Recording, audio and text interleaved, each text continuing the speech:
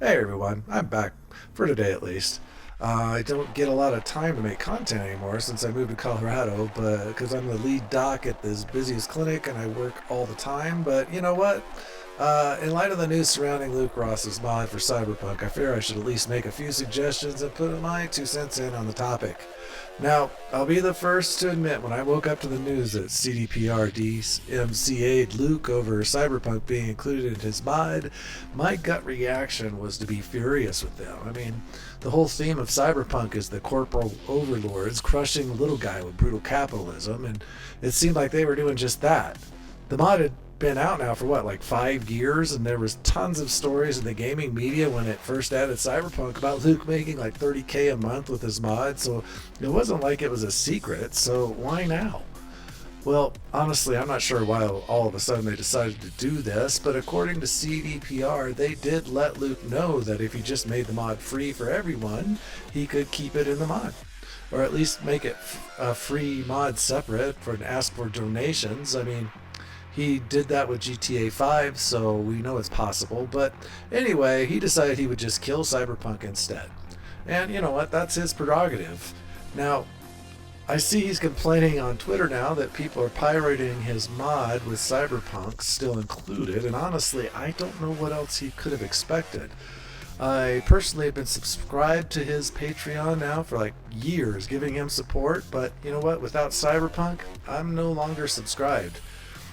This may be a fatal blow to the real mod, actually, considering, at least based on my very biased opinion, the only reason people were actually getting the mod was for Cyberpunk. He's been getting freaking destroyed on Twitter, too.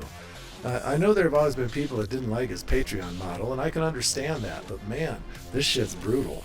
And I really do feel bad for him for that. But anyway, what now? Well, there is the free VorpX Cyberpunk mod that you can get. It's not as good as Luke's, but it's there. I personally have gone into Steam and disabled updates until the game is launched, and also check no background updates when the game is running. And to be safe, I go into Steam settings and go into the offline mode when I start the game to keep it from updating.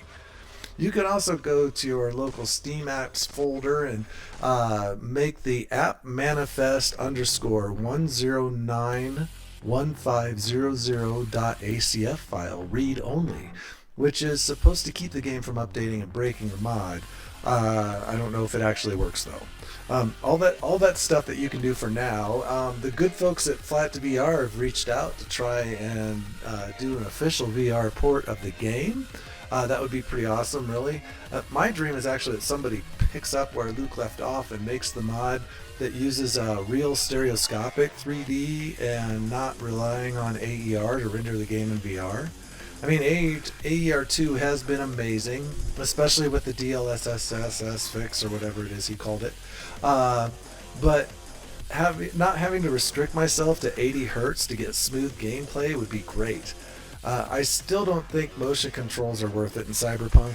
Gamepad works so damn well in VR with that game. I'm not a fan of most VR mods that mod in motion controls. They're usually terribly jank, and they just pull me out of the experience, with the exception of like Half-Life 2 VR and Prey Dog with his Resident Evil 2 through 8 motion controls. Those were great.